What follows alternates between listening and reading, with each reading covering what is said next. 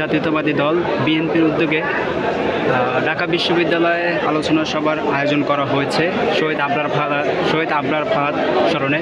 আমরা সেই আলোচনা সভার পুরো পরিস্থিতি দেখছি।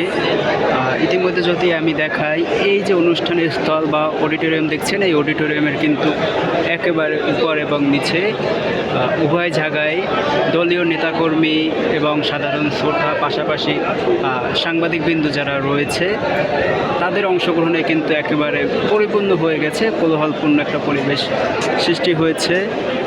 আমরা দেখতে পাচ্ছি সেই আলোচনা সভার কিন্তু প্রস্তুতি চলছে। এখানে